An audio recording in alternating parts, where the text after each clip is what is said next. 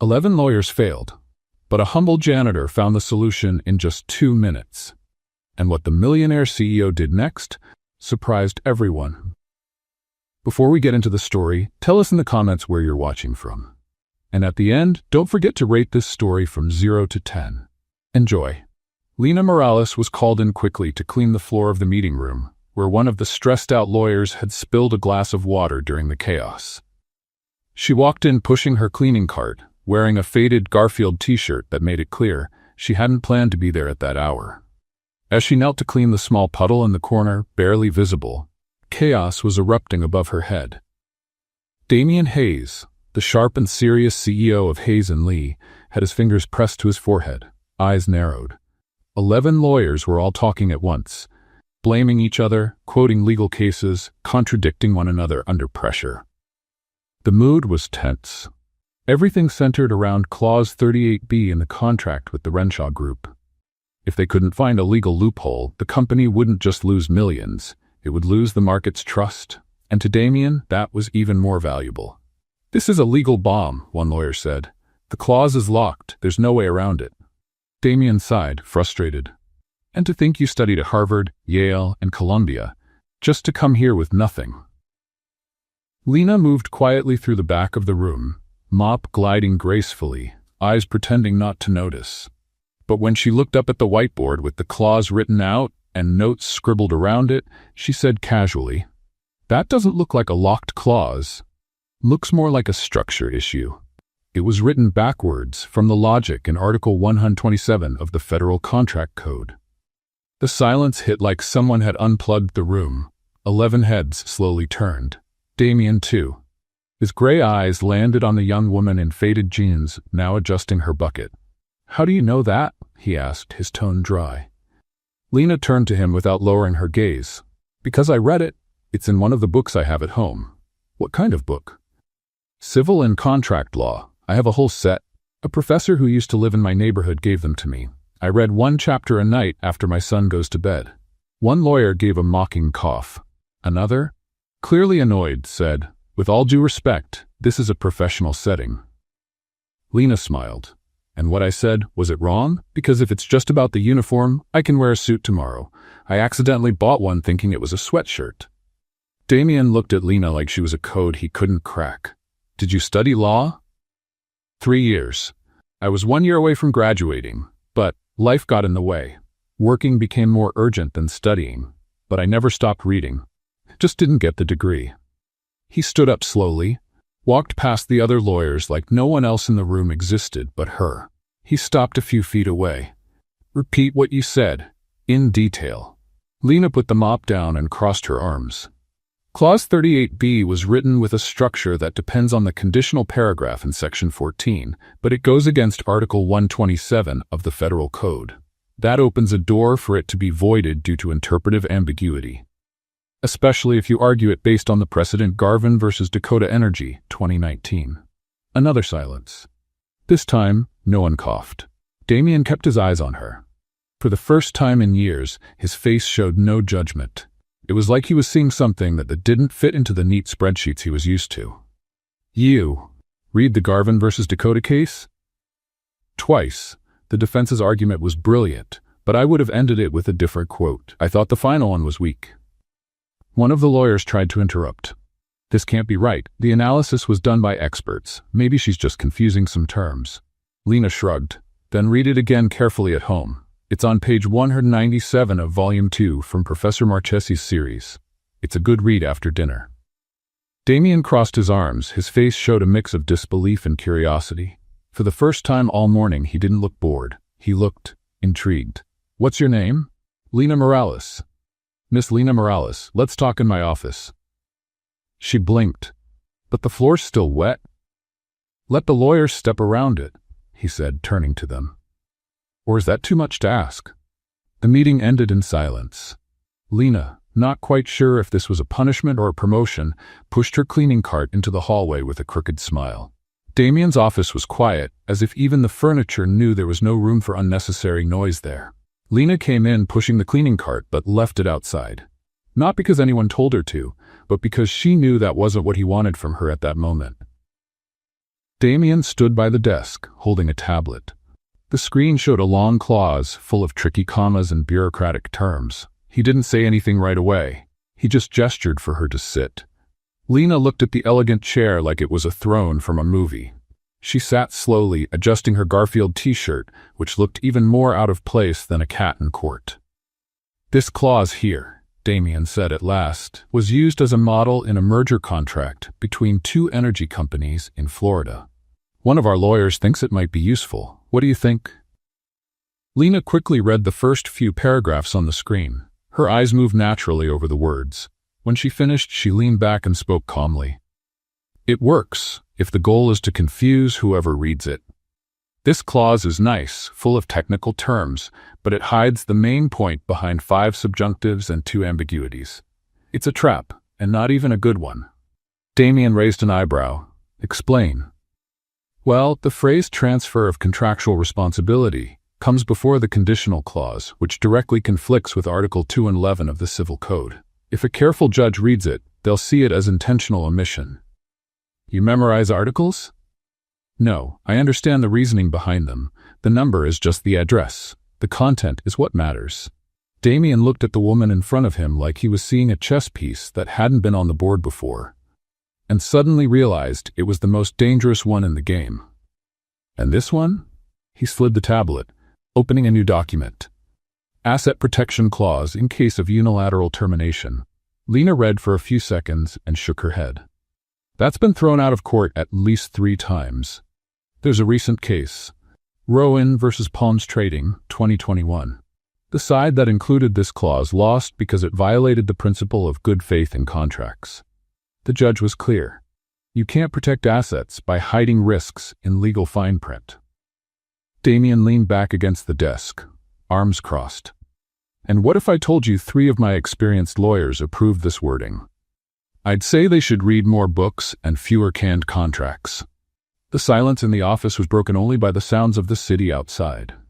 Damien, for the first time in years, seemed unguarded, not from weakness, but from a different kind of surprise, admiration. "How do you remember so many cases?" he asked, more curious than critical. "I read everything out loud. My 6-year-old can already say jurisprudence, even though he thinks it's a cartoon character's name." Damien laughed, really laughed. It was quick, restrained, but real.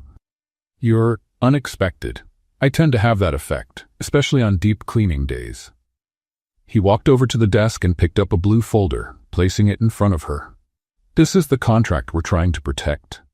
If Renshaw manages to invalidate Clause 38B, they'll have an opening to void the entire agreement. That would be disastrous." Lena opened the folder and studied the pages. "You forgot to use a generic safeguard in the contract's closing section.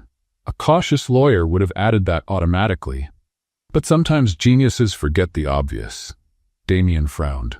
"Are you saying our lawyers are careless?" "I'm saying sometimes vanity takes the place of caution, and when that happens, the contract ends up with too much ego and not enough precaution." He looked at her, not with his usual sternness. It was almost like he was trying to figure out where all this was coming from. "You studied law but didn't finish." 3.5 years. I left because I had to choose between a diploma and milk in the fridge. My ex said he wasn't ready to be a father. But the baby came anyway.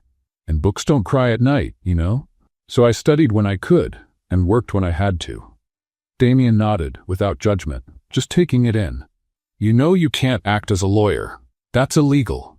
"I know. I'm not going to sign anything or show up anywhere.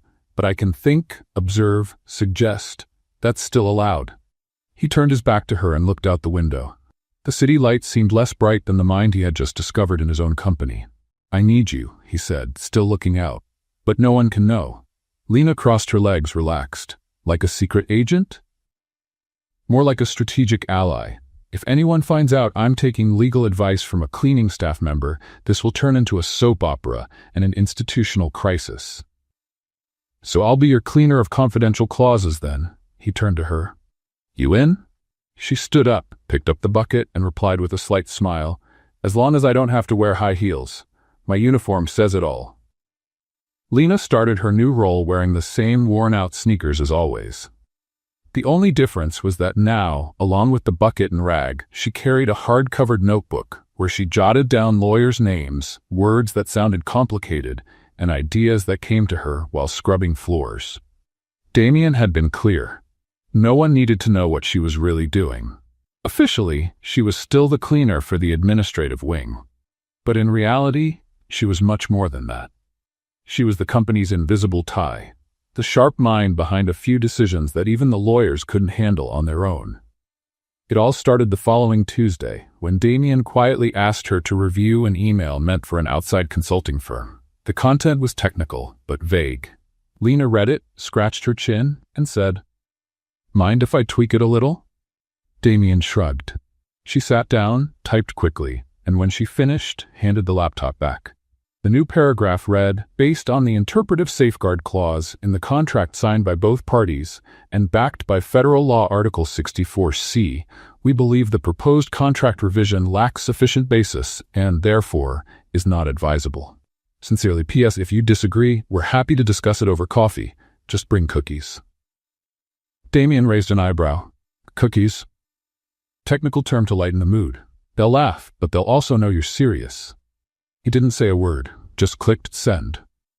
Before long, Lena started receiving quiet little requests. One lawyer would leave a post-it on the door asking, "Does the cross-compensation clause apply to services?"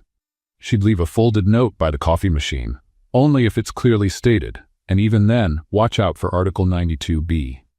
No one knew who was behind the sharp replies. But suddenly, the mistakes started to shrink. Damien's meetings became shorter and more effective. And the toughest questions stopped being asked out loud in the hallways. Instead, they started being whispered during coffee breaks.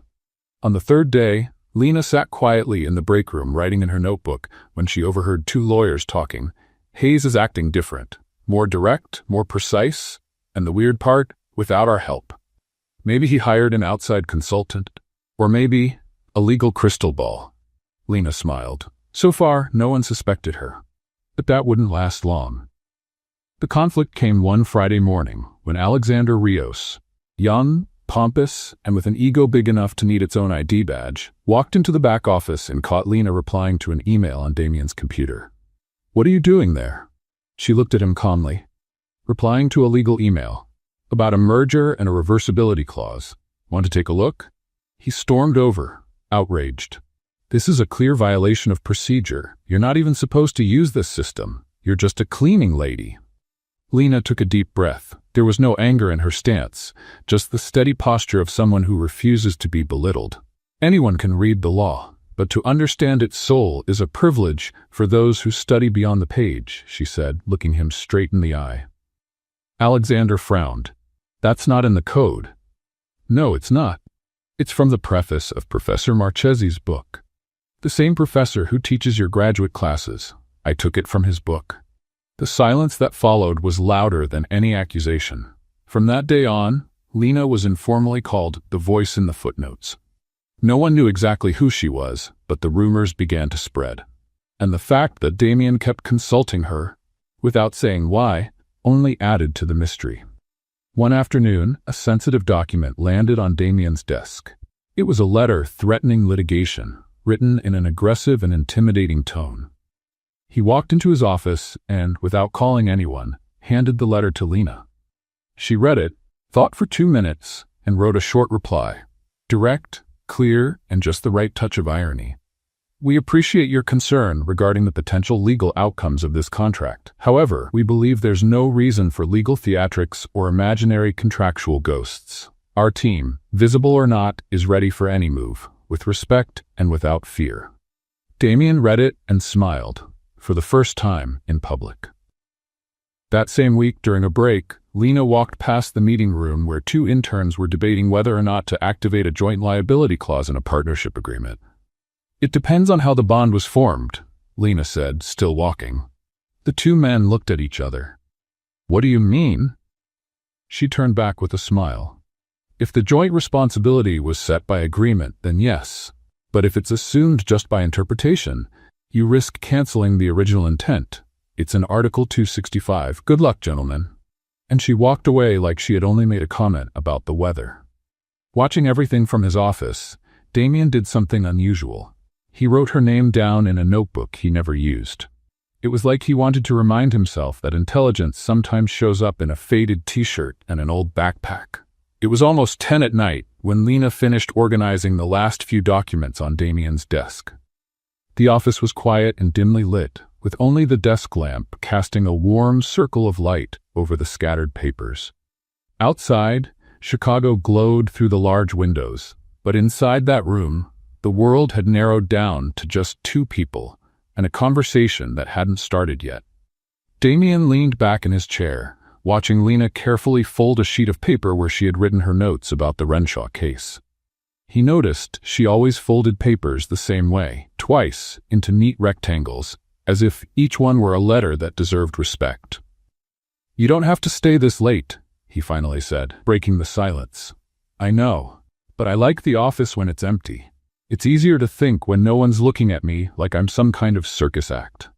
Lena put the last book into her bag and sat in the chair across from him. It wasn't the elegant armchair she used during formal meetings. It was a simple wooden chair, making her feel more present, more real. "Can I ask you something?" Damien said, leaning forward. "Sure, but if it's about case law, I charge extra after 9. He smiled, but his expression quickly turned serious. "Why did you study law? I mean, what made you choose that field?" Lena took a deep breath, like she was opening a drawer she hadn't looked inside in a long time. "My father was a construction worker. He died when I was 16 in a work accident. The company he worked for tried not to pay compensation to my mom. They said he wasn't wearing safety equipment, that it was his fault. A complete lie." She paused, looking down at her hands. "My mom didn't know how to fight back. We couldn't afford a lawyer, and the few who agreed to talk to us acted like they were doing us a favor, like we should be grateful just for being heard." Damien leaned in, listening closely. "And then I thought, if I knew the law, if I understood how things worked, maybe I could help her. Maybe I could help other people in the same situation. So I enrolled in college with a scholarship." "Did you win the case?" "We did. After 2 years of fighting, my mom used the money to open a small dressmaking shop in our neighborhood. It's still there. She sews party dresses for girls who want to feel like princesses." Lena smiled, though there was a soft sadness in it. "You must have been an excellent student," Damien said. "I was. Good grades, part of study groups, loved discussing cases with the professors. I had a plan. Finish my degree, go to grad school, maybe one day open a legal aid office in my neighborhood." "What happened?" The question hung in the air for a moment. Lena tucked a strand of hair behind her ear, a gesture Damien had already noticed she did when she was collecting her thoughts. "Diego," she said finally. "I met him in my second year. He was studying business, a year ahead of me. Nice smile, easy to talk to, dreams that seemed to match mine. Or so I thought." Damien noticed his own breathing had become more focused. "We dated for a year and a half. I was in my 3rd year when I found out I was pregnant. It was unexpected, but when I told him, I thought we'd face it together. But that's not what happened. He panicked, said he was too young to be a father, that he still had too many plans, and maybe it would be better to take care of the situation another way." Lena paused, looking out the window. "I told him I respected his decision not to be a father, but that I was going to have the baby, and he didn't need to worry because I'd manage on my own." "And did you?" "I had to. I dropped out in the middle of my 3rd year. The scholarship didn't cover daycare, and my mom was already busy with the shop, so she couldn't take care of Miguel all the time. I needed to work." Damien felt something stir in his chest, a mix of admiration and frustration he couldn't quite name.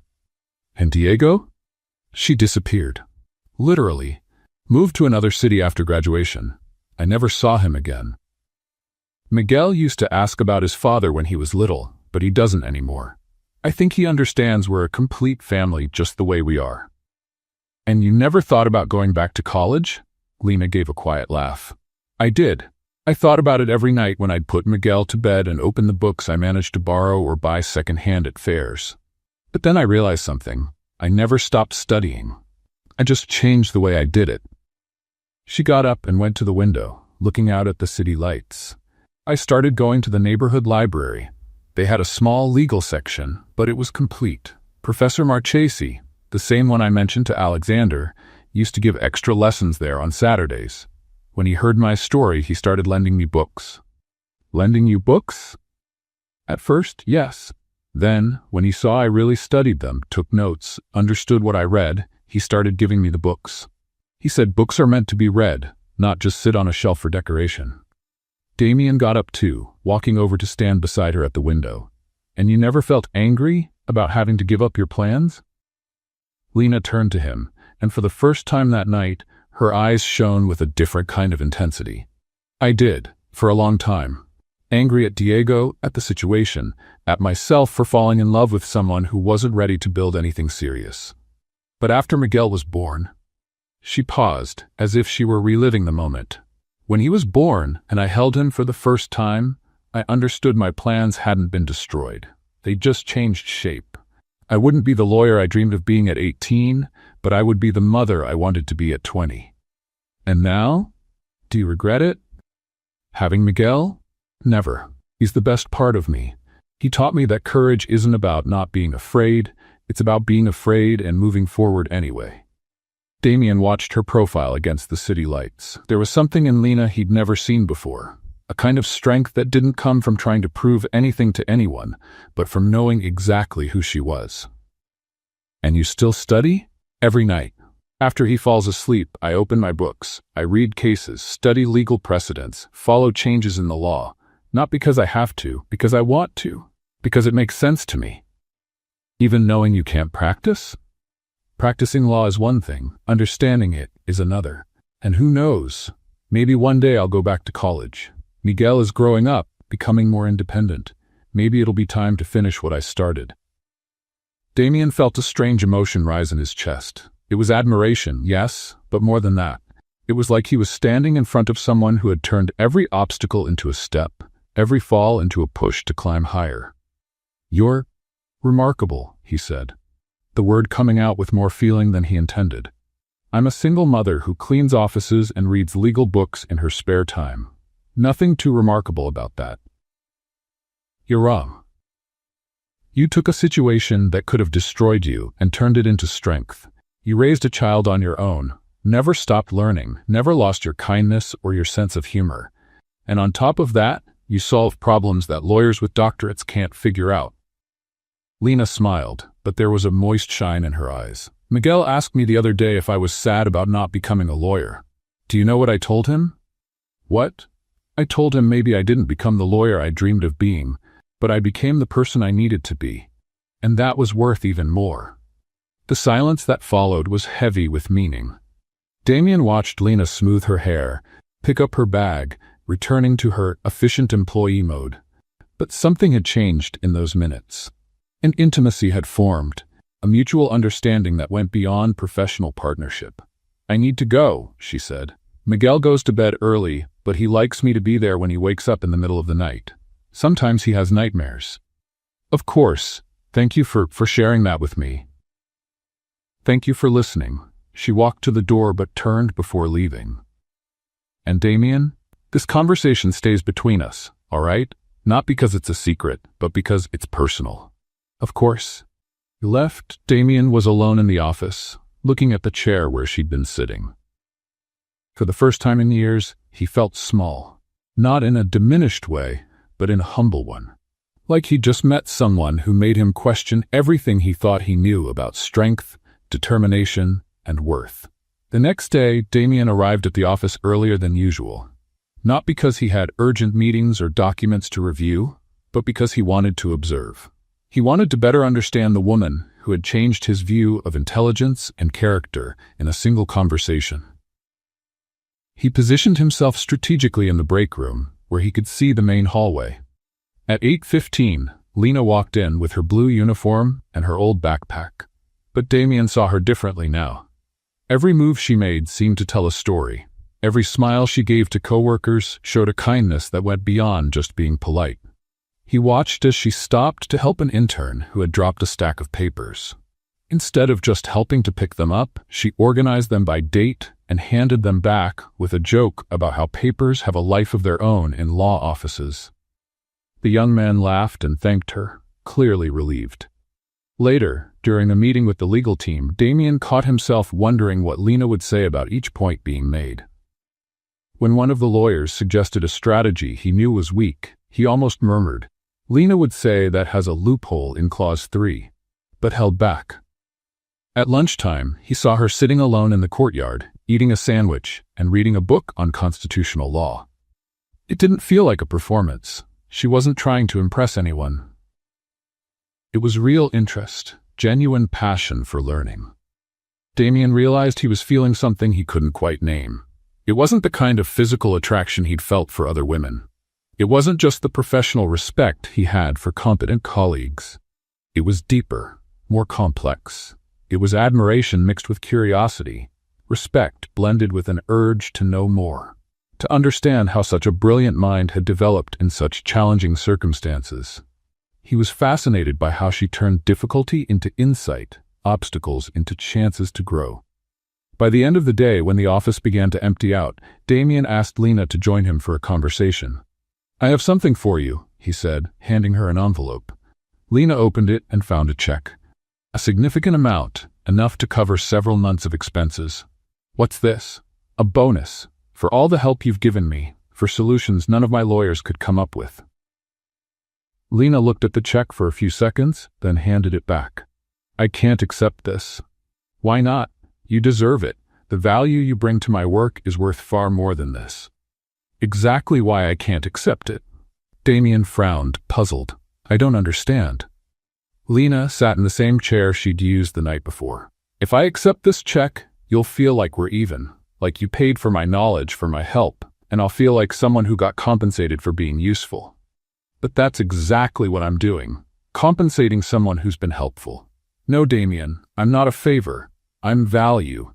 The words hung in the air, filled with dignity and resolve. "You don't get it," she went on. "I don't help you because I need money. I help you because I enjoy it, because it makes sense to me, because I finally get to use everything I've learned. Money would turn this into a transaction. But what we have here is a partnership." Damien put the check away, feeling both turned down and deeply impressed. "Then how can I give back? Keep letting me be involved, keep trusting my judgment, and maybe, just maybe, see me as a person. Not just a cleaning lady who happens to know the law." At that moment, Damien realized what he was feeling. He was falling in love. Not with Lena's looks, not with how useful she was at work, but with her essence, her integrity, her mind, her ability to turn any situation into a chance to grow. And that scared him more than any lawsuit he had ever faced. Thursday morning began like any other at Hayes & Lee. Lena arrived right at 8, greeted the front desk staff, and made her way to the administrative floor with her cleaning cart.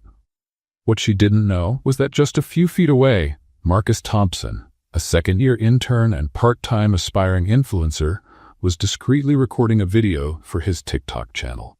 Marcus had been curious about the buzz around the office, rumors of a mysterious, invisible consultant who had been helping Damien Hayes with complex cases. When he saw Lena patiently explaining to two other interns the difference between a termination clause and a cancellation clause, he decided it was perfect content for his social media. "Look, it's simple," Lena said, leaning on a broom as she gestured. "A termination clause is like a breakup where you just can't agree on movies anymore. It's over, but no one did anything wrong. Now, a rescission clause? That's when one person was secretly eating all the popcorn. That's a breach of trust." The interns laughed, and one of them asked, "What if someone lied about liking horror movies just to impress the other?" "Well, my friend, that's misrepresentation. The whole agreement was based on false information. That can make the contract invalid from the beginning. Like when you find out your crush doesn't even like dogs or pizza. That's a fundamental mismatch. Relationship voided." Marcus kept recording, fascinated by how Lena explained concepts that his professors took hours to make half as clear. "And how do we know which one to use in each case?" another intern asked. "Main question, was there bad faith? If yes, it's rescission. If not, it's just termination. It's like breaking up over text or in person.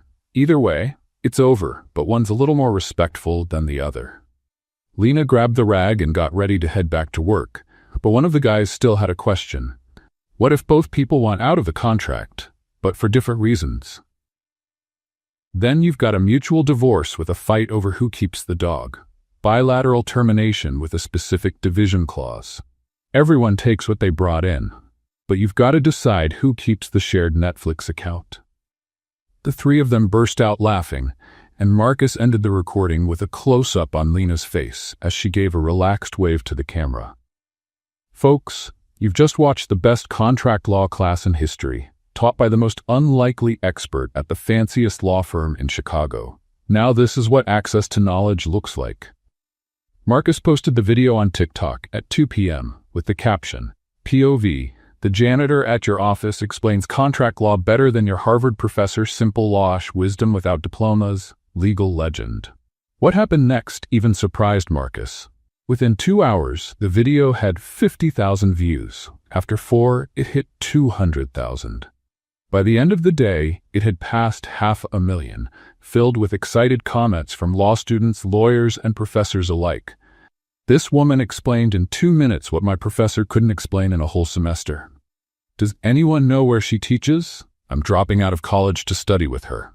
Finally, someone who makes law makes sense. Wait, she's a janitor? How is she better than a Harvard PhD? The video was shared in WhatsApp groups at law schools across the country. It went viral on Twitter under the hashtag JanitorJD, and Instagram lit up with stories quoting Lena's explanations. The legal news site Legal News shared the clip with the headline, Cleaning Staff Member Teaches Contract Law, goes viral on social media. Another outlet, Law for All, ran a full article, The Accidental Educator Who's Changing How We Talk About the Law. But the real explosion happened when the popular page Legal Memes posted an image of Lena holding her broom next to 11 solemn lawyers in robes, with the caption, The Janitor Who Outsmarted 11 Doctors of Law. The meme took off like wildfire. Dozens of versions followed. When the janitor knows more than your lawyer. Plot twist. The smartest person in the office doesn't have a degree. She cleans the floors and your legal arguments. The next morning, Lena arrived at work with no idea what had happened. She was greeted with curious stares, whispered conversations, and a few knowing smiles. She only realized something was up when the receptionist, barely containing her excitement, showed her a phone. Lena, you've gone viral. Over 2 million views. Lena watched the video with an amused look, shaking her head. That Marcus? I always thought he recorded too much. You're not mad. Why would I be? Did I say anything wrong? No, but you didn't ask to be filmed. That's true, but I didn't say anything classified either, and from the comments I'm seeing, people are learning. That's a good thing.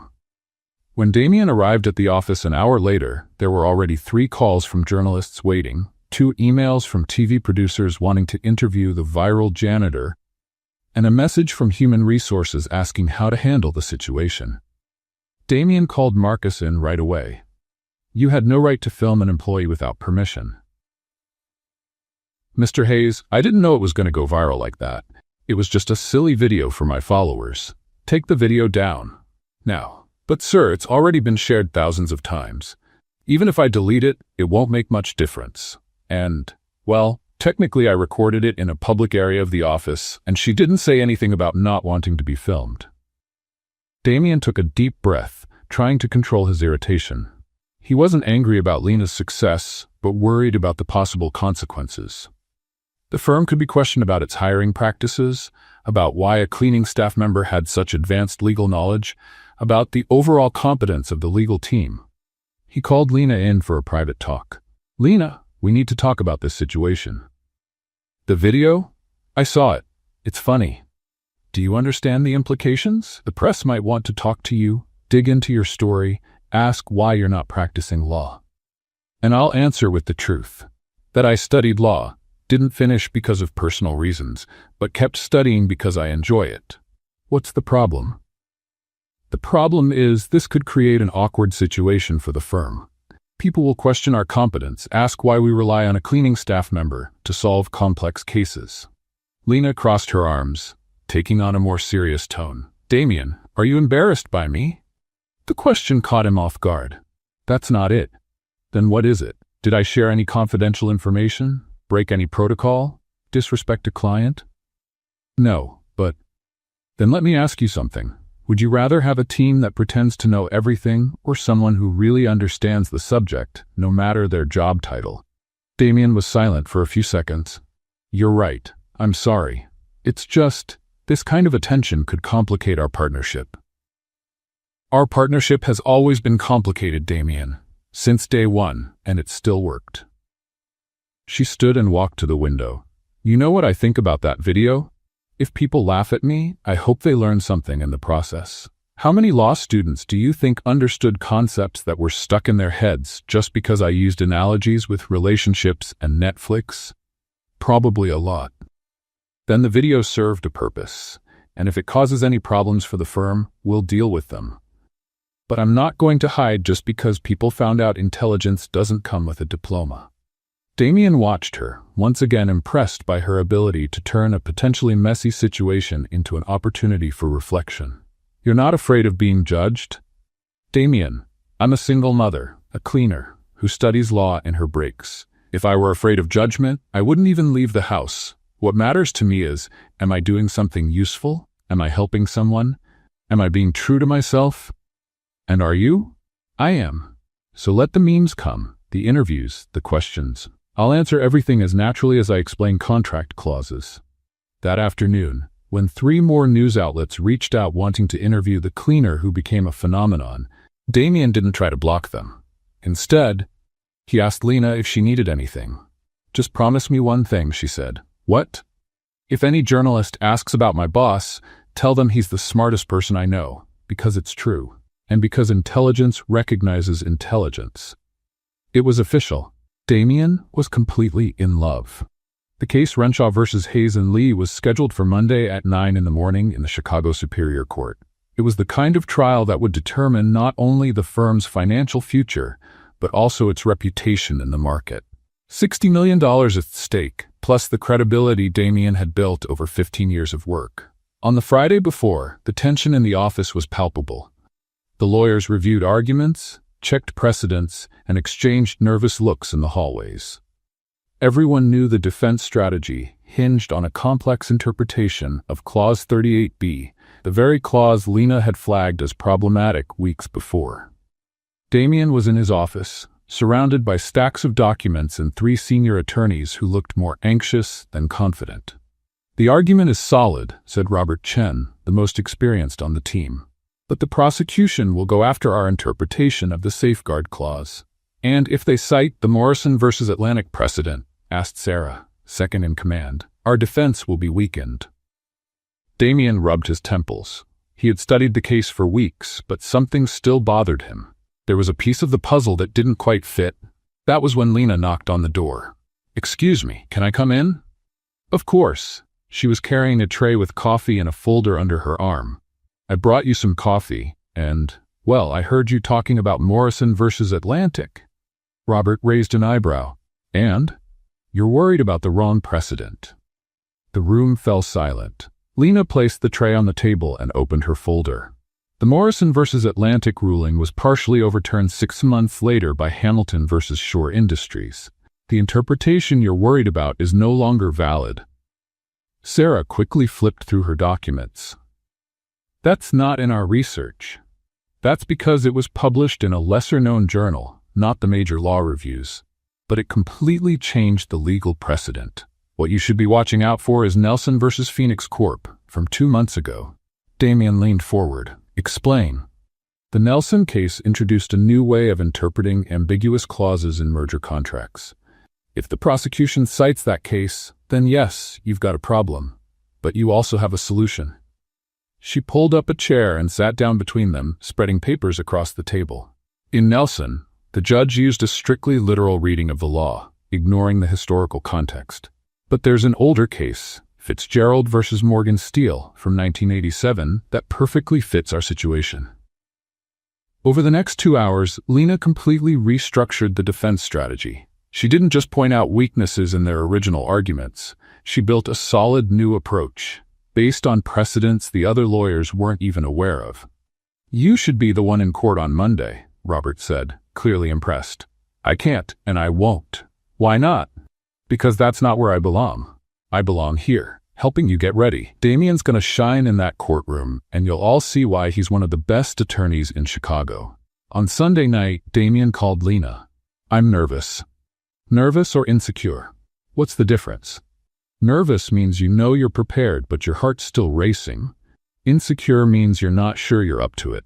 Then I'm nervous. Good.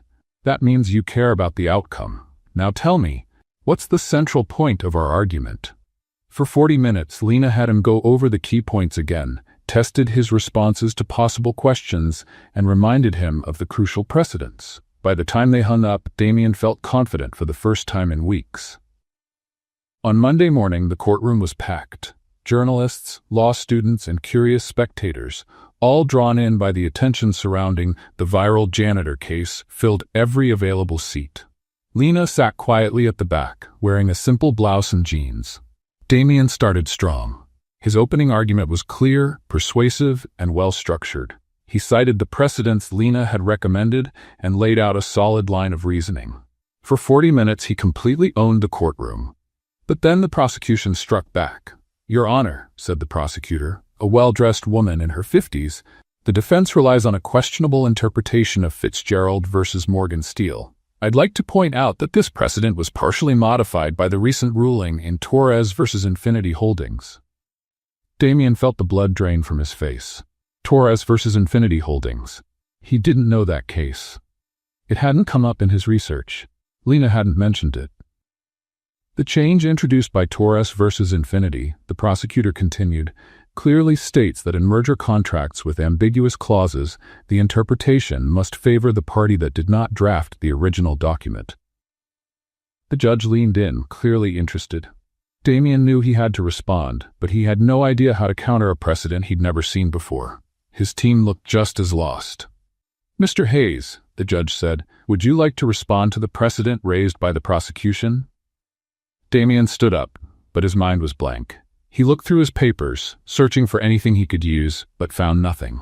Then he heard a soft voice behind him. Article 127, paragraph 3. Partial, not full, modification.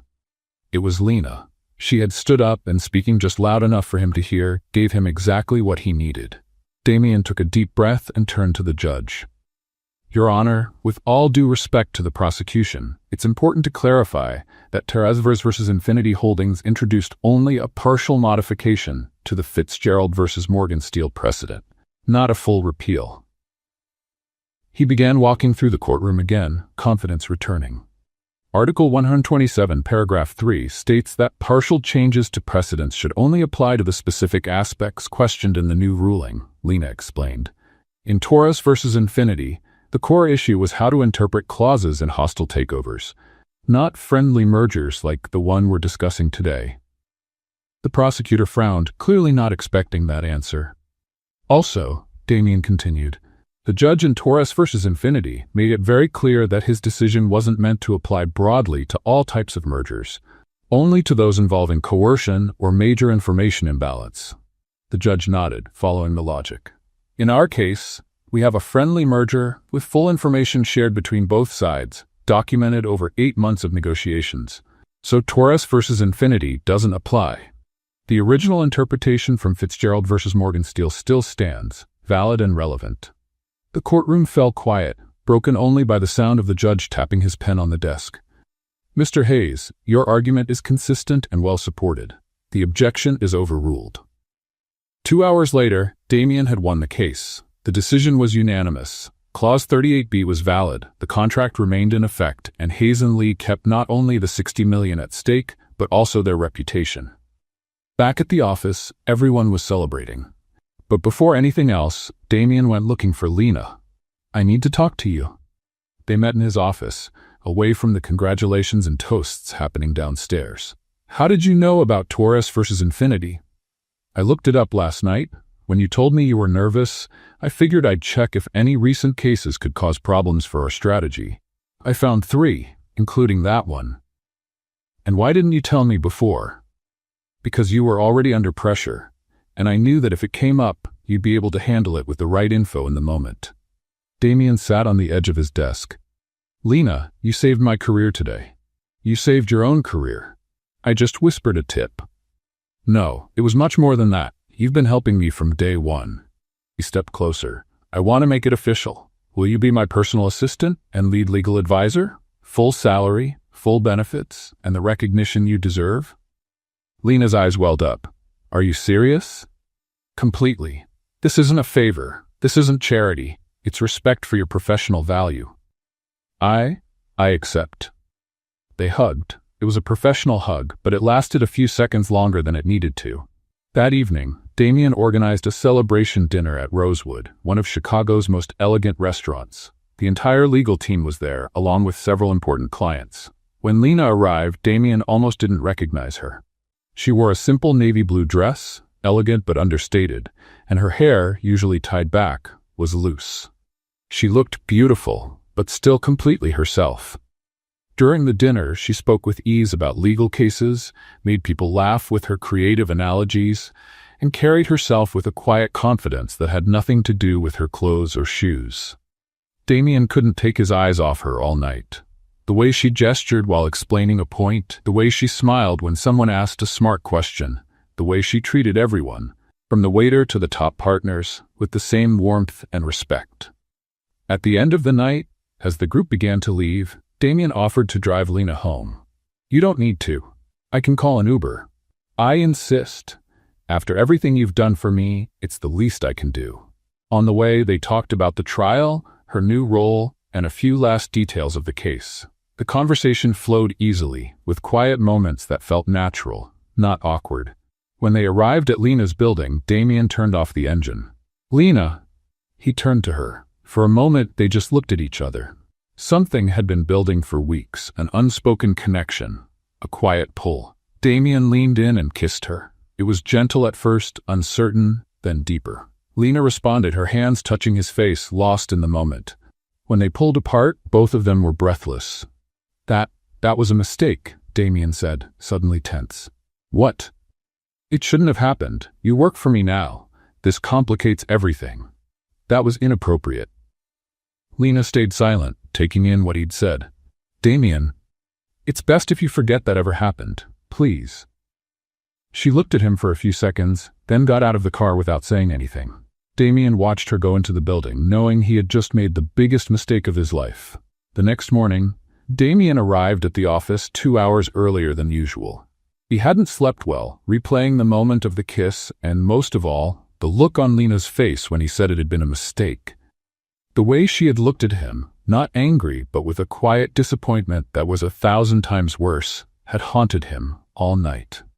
At 9 a.m, when Lena arrived for work, she found a bouquet of white roses on her new desk. A real desk, with drawers and everything, on the administrative floor. It was an elegant, expensive arrangement, the kind that cost more than her previous week's salary. The card attached simply read, I apologize for my inappropriate behavior yesterday. D.H. Lena looked at the flowers for a few seconds, then calmly walked to Damien's office.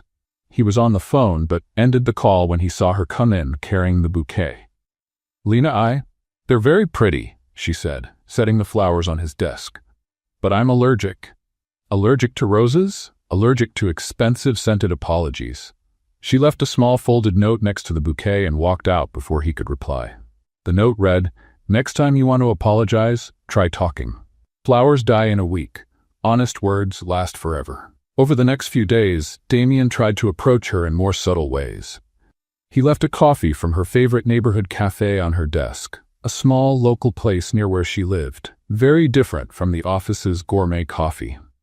Lena thanked him politely, drank it, but made it clear that professional courtesy didn't erase personal discomfort. When he offered to help organize the legal library she had requested for her new office, Lena replied, Thank you, but I'll manage, I always have. There was no hostility in her voice, just a firm setting of boundaries that hadn't existed before that unresolved kiss. On Wednesday, Damien tried a different approach. During a meeting about a new case, he asked for Lena's opinion in front of the entire legal team. Our new advisor certainly has a valuable perspective on this issue, he said, looking directly at her. Lena answered with perfect professionalism, gave precise suggestions, and helped resolve a deadlock that had stalled the discussion for 2 hours. But when the meeting ended and the other lawyers left praising her contribution, she turned to Damien. Don't use my work to try to fix what broke outside of it. That's not what It is, and you don't need to. My work speaks for itself. It always has. I don't need you to validate me professionally to make up for what happened personally. On Thursday, Damien left a book on her desk, New Precedents in Contract Law, a collection released just the week before. It was exactly the kind of reading he knew she'd love. Lena flipped through it, clearly interested in the content, but returned it at the end of the day with a post-it. Thanks for the loan. I've already ordered my own copy. On Friday, when Damien tried to start a conversation about a case they were reviewing together, Lena gently interrupted. Damien, can we set some rules? Of course. First, my work stays excellent because I love what I do, not because you need me. Second, our professional partnership is solid and will stay that way.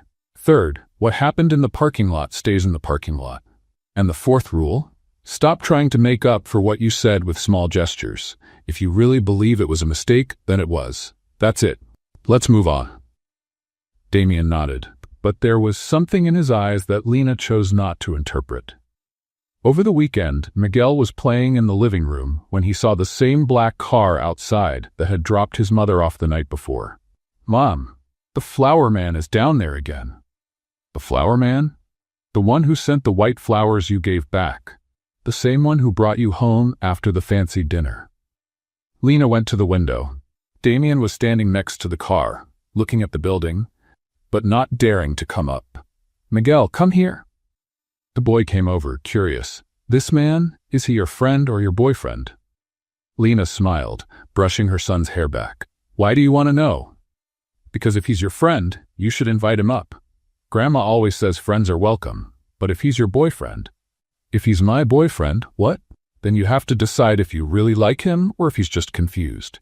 Because a confused boyfriend makes you sad, and I don't like it when you're sad. Lena hugged her son, amazed by the wisdom of a 6-year-old. And what do you think he is? Miguel thought for a few seconds, watching Damien through the window. I think he's a friend who wanted to be a boyfriend but got scared. Like Pedro in my class, he likes Sophia but pretends he doesn't, because the other boys would laugh at him. You're very smart, you know that? Grandma always says that. She also says grown-ups can be sillier than kids sometimes. Lena laughed, still watching Damien down on the street. You know what? Your grandma's right. Damien stayed out on the sidewalk for another 10 minutes, then got in his car and drove off. Lena stood at the window, thinking about her son's words and about the complex feelings she wasn't quite sure how to name. Miguel, who had gone back to his toys, called from the living room. Mom, if he comes back tomorrow, can I talk to him? Grown-ups who are confused sometimes need help from kids. Lena shook her head, smiling. Her son was right. Adults often make simple things way too complicated. The next Monday, Damien showed up at Lena's desk with an unexpected proposal. Want to have lunch outside? I need to talk to you about a case, but away from the office. Lena looked at him, sensing something different in his manner. He seemed less guarded, more human. What kind of case? The kind that can't be solved with case law. They went to a small cafe downtown, far from the upscale restaurants Damien usually went to. It was a simple place, with worn wooden tables and a handwritten menu on a chalkboard. The kind of place where Lena felt at ease. Damien ordered a sandwich he'd barely touched. Lena ate her salad while watching him fidget with a napkin. So, she said after a few minutes of silence, what kind of case has you this unsettled? I'm the case. She stopped eating and waited. Lena, I don't know how to handle what I'm feeling. And what are you feeling? Damien took a deep breath as if preparing for a courtroom confession. Ever since you came into my life, everything's changed. The way I work, the way I think, the way I exist. And that scares me. Why does it scare you? Because I've never felt this way before. I've never admired someone so much. I've never wanted so badly to be near someone, to hear what they think, to understand how they see the world. Lena set her fork down and gave him her full attention. Are you confused because you fell in love or because you fell in love with me? The question caught him off guard. What's the difference? The difference is that maybe you're not used to women who don't need you. Just the real you. Damien frowned. What do you mean? The women you've known before. They needed your status, your money, your influence. I don't need any of that, and that leaves you with no reference point, doesn't it? He sat in silence for a few seconds, taking in her words. Maybe you're right. It's not a maybe. You've spent your whole life being needed by people for the wrong reasons. With me, you're just you, Damien. Not the CEO, not the wealthy guy, just the smart man who asks good questions and sometimes laughs at my bad jokes. Your jokes aren't bad. Yes, they are, but you laugh anyway. They both smiled, and the tension in the air softened a bit. So that's it, Damien said. I'm confused, because you make me feel both unnecessary and essential at the same time. Exactly. You don't have to be anything but yourself, and that terrifies you. It does, because it means if you like me, it's for me, and if you don't, it's also for you. Damien nodded, recognizing the clear, sharp truth in her words. And about the kiss, he said, finally bringing up the thing that had lingered between them. I really believe it was inappropriate. You work for me now, and I don't want you to feel pressured or uncomfortable. Lena tilted her head, studying him. Then maybe you should think a little more before going around kissing people. Or did you kiss me out of admiration? No, I kissed you because, in that moment, I couldn't imagine anything more right in the world. And after that, fear took over. Fear of making things complicated, of losing you as a colleague, of, I don't know, not being enough. Lena leaned back in her chair, a soft smile on her lips. Damien, you're many things. Smart, dedicated, sometimes as stubborn as a mule. But not enough? Never. Then why do I feel like I am? Because you're learning how to be with someone who doesn't want anything from you except your company. That is scary. They finished lunch talking about work, but something had shifted between them. There was a new sense of understanding, a kind of honesty that hadn't been there before. When they returned to the office, Damien walked with her to her desk. Lena, can I ask you something? Sure. Do you feel anything for me? She looked at him for a few seconds. I'm sorry, but I'm confused too, and unlike you, I don't have the luxury of kissing someone and calling it a mistake afterward. When you figure out what you really want, let me know. Until then, we're colleagues. Good colleagues. That night at home, Lena was quieter than usual. Miguel was already asleep, and she was helping her mother, Carmen, fold laundry in the living room. You seem different, Carmen said, watching her daughter. Different how? Sad. Not the kind of sad that makes you cry, but the kind that comes from thinking too much. Lena smiled. Her mother always had a way of reading her moods with surgical precision. I'm okay, Mom. Just working through some changes. What kind of changes? Work. Personal stuff. A little of everything. Carmen stopped folding clothes and sat next to her daughter. Talk to me. Work is going great. Better than I expected. I got the position I always wanted. I'm doing what I love and I'm getting paid well. But my boss is complicated. Complicated how? Lena sighed. He's smart, respectful, he values me professionally, and I feel something for him. And him? Does he feel something for you? I think so, but he keeps going back and forth. He calls his own feelings a mistake. Carmen nodded as if everything suddenly made sense. Oh, I see. He's one of those men who don't know how to handle a strong woman. That's not it, Mom. He admires my strength. The problem is, I think it makes him insecure. And you? How do you feel? Confused. Because I care about him, but I don't know if he really wants me or if he just admires me. And I'm not sure I want to get involved with someone who doesn't even understand his own feelings. Carmen hugged her daughter. Sweetheart, sometimes men take longer to figure out their hearts. Not because they're dumb, but because they're raised to believe that feelings are weakness. So what should I do? You keep being yourself. If he's smart, he'll realize he found something rare. And if not, that's his loss. You've already proven you don't need anyone to be happy. Lena smiled, feeling just a little lighter. Thanks, Mom. You're welcome. And Lena, even if you're feeling unsure, you're glowing. That means something. That night, Lena fell asleep thinking about her mother's words, and about that conversation with Damien. Maybe Carmen was right. Sometimes you just have to be who you are, and let the rest unfold on its own. In the days after that lunch conversation, Damien did exactly what Lena expected. He pulled away. He went back to being the distant, composed CEO, speaking to her with the kind of cold professionalism he'd mastered over the years. In meetings, he referred to her as Ms. Morales. In the hallways, he nodded politely but didn't stop to talk. It was as if the honesty of that lunch had scared him so much that he hid behind the same business armor he'd worn for 15 years. Lena noticed right away and responded the only way she knew how, with dignity. If he wanted distance, she gave him distance. If he preferred formality, she would be perfectly formal. But she also started pulling back from the informal support she'd been giving him.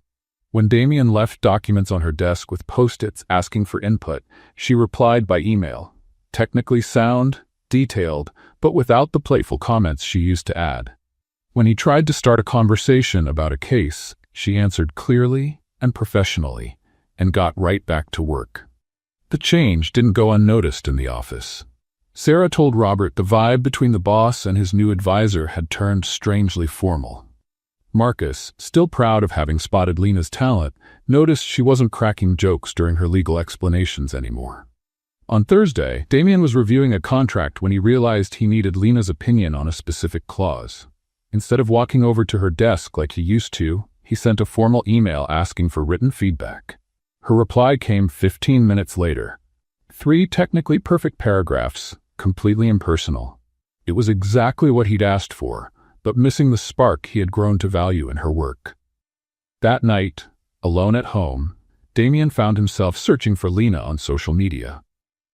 Not something he normally did, but his curiosity got the better of him. Her profile was simple, with just a few photos, but each one told a story. There was a video of Miguel from a few months earlier trying to say the word jurisprudence while Lena laughed in the background. Another showed her explaining a health insurance contract to an elderly neighbor, using cake recipe metaphors. One photo had her sitting in the local library, surrounded by old law books, with Miguel asleep in her lap. It was a world completely different from his own. A place where knowledge was shared freely, where intelligence was used to help, not to compete. A place where she wasn't just respected, but loved. On Saturday, driven by something he couldn't quite name, Damien drove to Lena's neighborhood. He didn't have a specific plan, just an inexplicable need to better understand her world. He stopped in front of a small nonprofit called Hope Community Center. Through the window, he saw Lena sitting at a round table, surrounded by several people. She was gesturing animatedly, explaining something while the others took notes. Damien watched for a few minutes. There was something about Lena's posture there that he had never seen at the office. A natural ease, a genuine joy. She wasn't performing professionalism. She was simply being herself. He took a deep breath and went inside. The group stopped talking when they saw him. Lena looked up, clearly surprised. "Damien, what are you doing here?" "I was driving by and saw you here." A blatant lie, and they both knew it. "This is Damien Hayes," Lena told the group. "My boss." "The famous boss from the legal viral video," said an older woman, smiling. "I'm Mrs. Rosa." Lena was explaining rental contracts to us. Damien greeted everyone politely, but his eyes kept returning to Lena. Can I talk to you for a minute?" They stepped to a corner of the room. "Seriously, what are you doing here?" Lena asked, but without hostility. "I wanted to understand." "Understand what?" "How you do this. How you are you, all the time." Lena studied him for a few seconds. "Damien, you drove 40 minutes to get here just to ask me that?" "Maybe." "Why?" He looked at the group, who had resumed their discussion, then back at her. "Because this week I went back to being who I've always been, and I realized I don't like that person anymore. And what do you expect me to do about that? Will you let me learn from you?" The question came out sounding more vulnerable than he intended. Lena was silent for a moment, then smiled for the first time in a week. "That depends. Are you willing to listen to Mrs. Rosa explain why her apartment lease is unfair, even if it takes 2 hours?" "I am." "And to help Mr. Carlos understand why the auto shop can't charge him for work he didn't approve?" "I am. And to do it without feeling superior to anyone here?" Damien looked around, seeing for the first time not people needing help, but people with knowledge and experience in things he had never imagined. "I'm willing to try." Lena nodded. "Then have a seat. Mrs. Rosa was just telling us how she figured out on her own that she was entitled to compensation no lawyer wanted to calculate for her. Damien sat down and, for the first time in years, stayed quiet to learn instead of teach. For the next 2 hours, he listened to stories that made him rethink everything he thought he knew about justice, intelligence, and human worth. When they left, Lena asked, "So, did you learn anything?" "I learned that you're not just intelligent, you're wise. And there's a big difference between the two." "What's the difference?" "Intelligence solves problems. Wisdom changes people." For the first time in weeks, they smiled at each other without any walls between them. The following Wednesday, Lena casually mentioned she'd be giving a talk at the community center on consumer rights for everyone. It was part of a project she'd been running for 2 years, teaching basic legal knowledge to people who couldn't afford lawyers. "Can I come?" Damien asked, surprising himself with how natural it sounded. "Won't you find it boring?"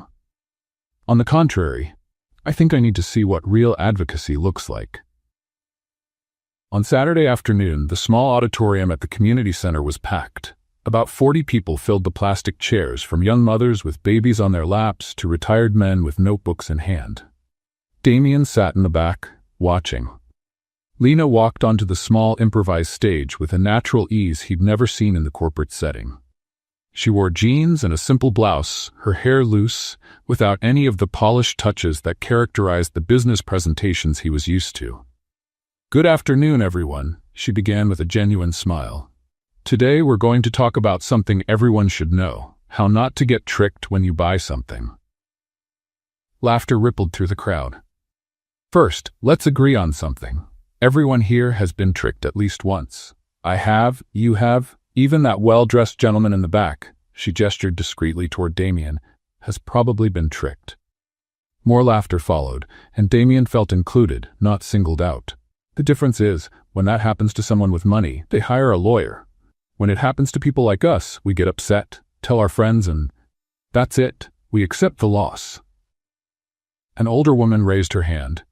"But Lena, lawyers are expensive. What are we supposed to do?" "Mrs. Maria, that's exactly what I'm here to talk about today. You don't need a lawyer for everything. What you do need is to know your rights." For the next hour, Lena explained complex concepts using everyday examples. She talked about warranties by comparing them to relationships that don't work out, about abusive interest rates by comparing them to loans between friends, and about misleading contracts using recipes that hide ingredients as a metaphor. Damien watched, fascinated by how she translated legal jargon into plain, relatable language without losing technical accuracy. More importantly, he noticed how people saw her, not as someone superior doing intellectual charity, but as a true ally. When a young man asked how to dispute a wrong charge, Lena didn't just explain the steps. She wrote a sample letter on the board and gave tips on tone and how to build a good argument. "Education is the one kind of power no one can take away from you," she said, as she ended the session. "And knowing your rights is part of that education. Don't let anyone tell you this is too complicated for you to understand. If I could learn while cleaning offices and reading borrowed books, you can too." The audience broke into applause.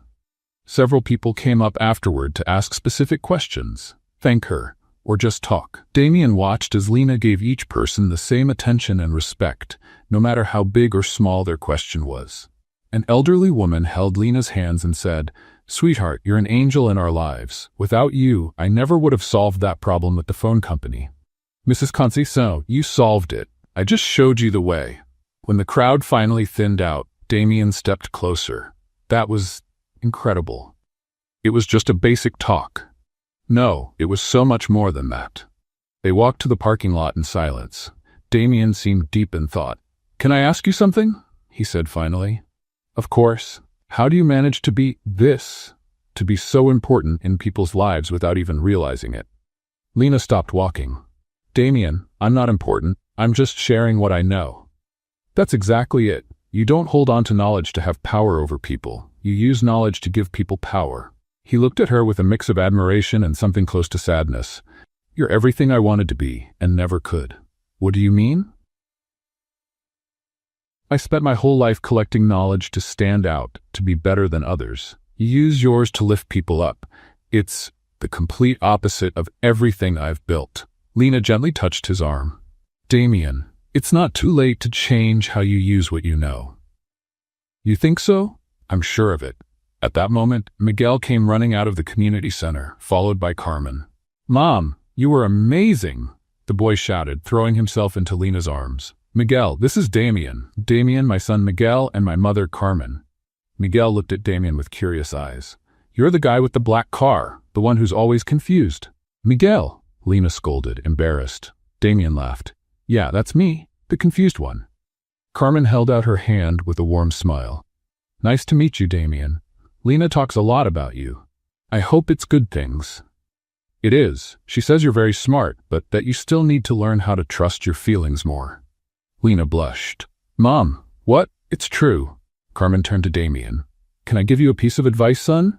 Please. My daughter's not complicated. She just won't accept being treated like a second choice. If you like her, be brave enough to admit it. If you don't, be honest enough to let her move on. Damien nodded, touched by Carmen's gentle honesty. Thank you for the advice, Mrs. Carmen. You're welcome. And now you're both having dinner with us. I made lasagna for an army, and I won't take no for an answer. Miguel grabbed Damien's hand. Do you like lasagna? Grandma makes the best in the world. Damien looked at Lena, who gave a little shrug and a smile. Looks like your evening is all planned out. Looks like it. And for the first time in years, Damien felt truly at home. Dinner at Carmen's had changed everything. Not just for Damien and Lena, but in how they related to each other. In the weeks that followed, they went back to working together as naturally as before. But something had shifted. There was a new sense of honesty between them. Every conversation felt deeper. Every silence carried more meaning. Damien had started going to the community center regularly, not as a guest, but as a volunteer. He discovered that teaching business contracts to small neighborhood entrepreneurs was more fulfilling than closing any multi-million-dollar deal. And Lena watched that transformation with a mix of pride and something she could finally admit to herself. Love. The annual Hayes and Lee event was scheduled for Friday. It was a tradition, an elegant evening where clients, partners, and employees gathered to celebrate the year's achievements. Damien always gave the main speech, a technical summary of the firm's wins and milestones. But this time would be different. That morning, he went looking for Lena. I need you to be there tonight. I always help organize the events. Of course I'll be there. No, I need you there as Lena, not as an employee. She looked at him, puzzled.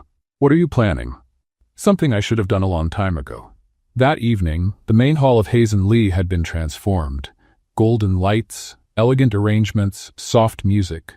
About 200 people mingled, sipping cocktails and chatting. Lena arrived in a simple but elegant black dress she'd bought just for the occasion. She carried a small clutch and a nervous smile. Miguel was at home with Carmen after making his mom promise she'd tell him all about the party the next day.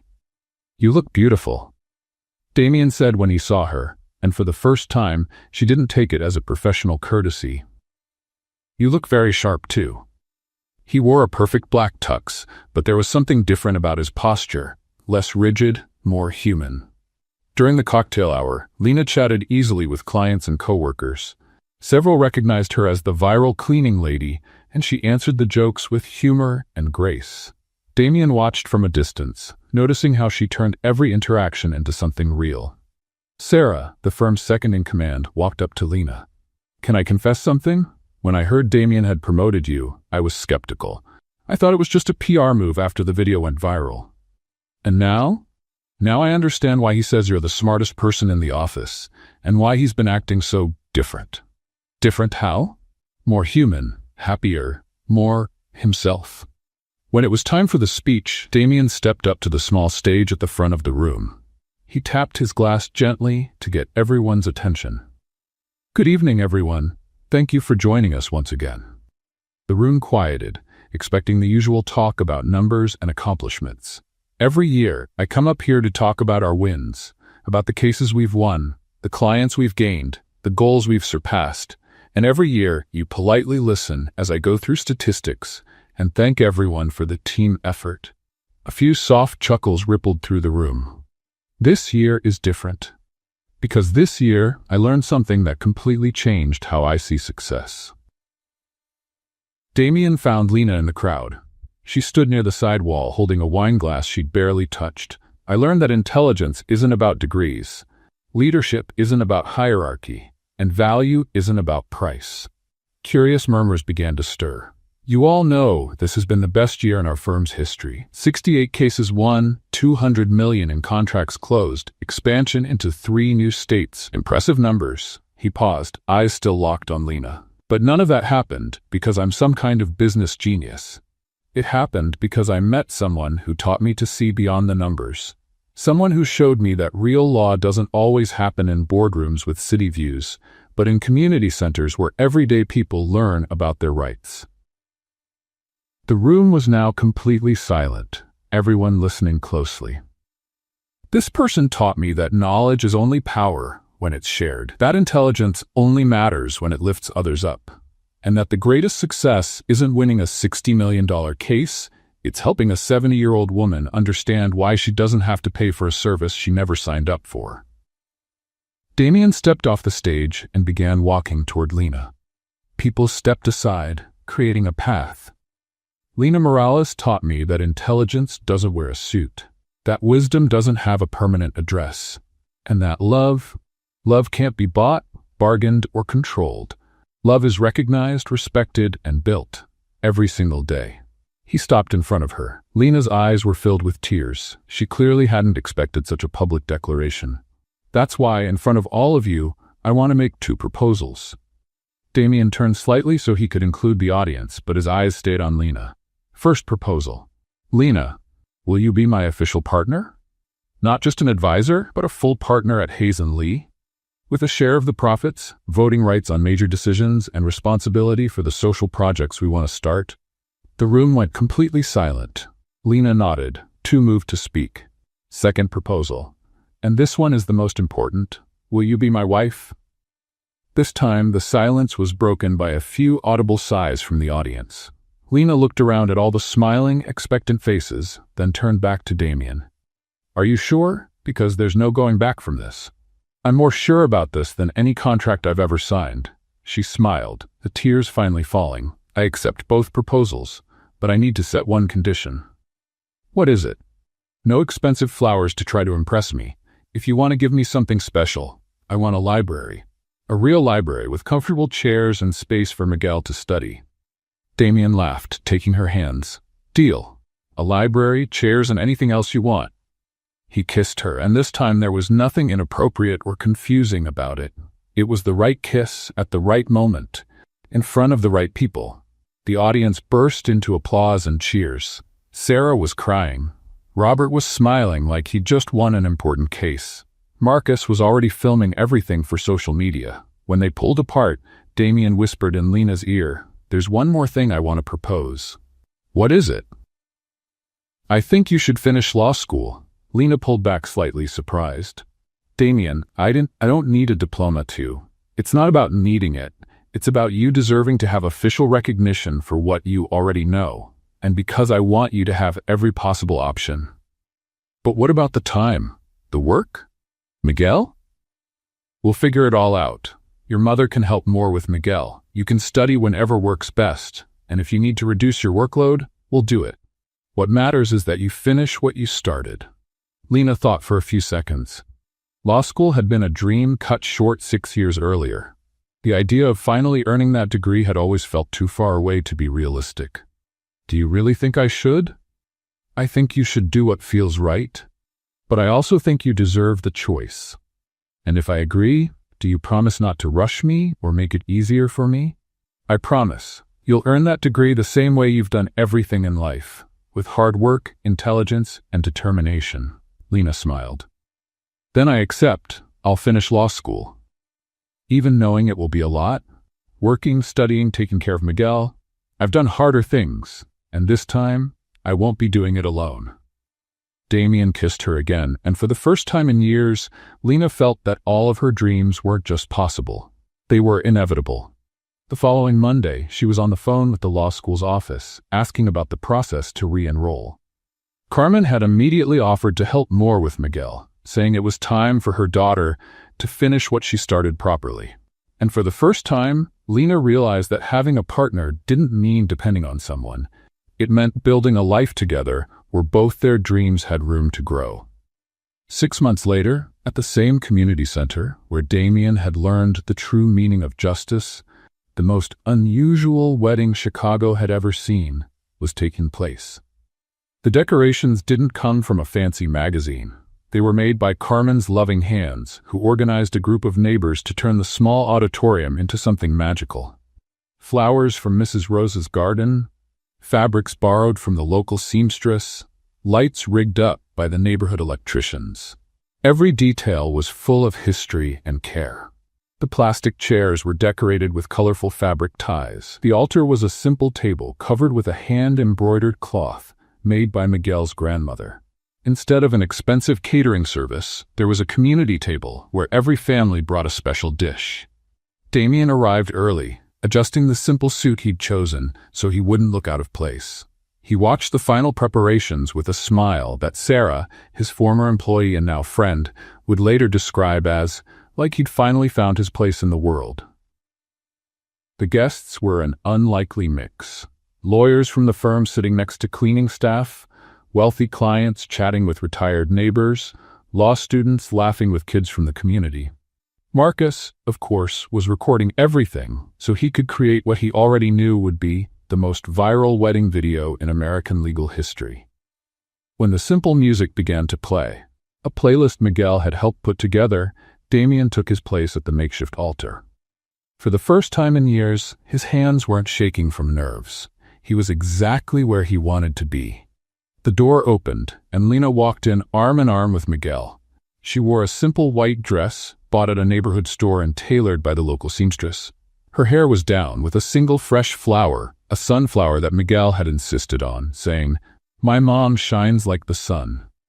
Miguel wore a little navy blue suit that made him look like a tiny lawyer. He carried a pillow with the rings, walking with a serious expression that made the whole crowd laugh through their tears. Damien watched Lena walk toward him and finally understood the meaning of the word home. It wasn't a place, it was a person. It was this woman who had changed his entire life with wisdom, humor, and a kind of generosity he was still learning to match. When she reached the altar, Miguel handed the rings to the officiant. Professor Marchesi, the same man who had lent Lena her first legal books years ago. Before the traditional vows, Lena said, catching everyone by surprise, "I'd like to say a few words." She turned to the crowd holding Damien's hands. "For a long time, people knew me as the cleaning lady who knew the law. And that's fine. I really do clean things. But over the years I realized I didn't just clean floors." Her voice was steady, full of quiet emotion. "I cleaned away judgments. My own judgments about what I could or couldn't achieve. Other people's judgments about what it means to be smart, successful, worthy." She looked at Damien. "And I helped someone very special clean away his judgments too, about what it means to lead, to love, and to be truly happy." Carmen was quietly crying in the front row. Mrs. Rosa waved her handkerchief. Sarah and Robert exchanged emotional glances. When it was time to exchange rings, Miguel walked solemnly up to Damien and whispered something that the microphone picked up. "Now you're our assistant too, okay?" The crowd burst out laughing. Damien knelt down to meet him eye to eye. "I accept the job. But can we talk about the salary?" "Sure. But I don't take money. Only ice cream and trips to the park." "Deal." They sealed the agreement with a formal handshake that made everyone laugh again. When they finally kissed as husband and wife, it was under a shower of flower petals brought in by the neighborhood kids. The kiss was long, sweet, and filled with promises that didn't need a contract to be kept. As the party kicked off with music, homemade food, and stories spreading from table to table, Lena and Damien stepped aside for a moment to take it all in. "Any regrets?" he asked, joking.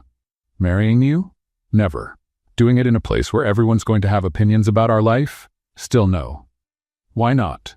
"Because now they're our family, and family looks out for each other." Damien kissed her again, knowing he had found not just a wife, but a whole new way to live.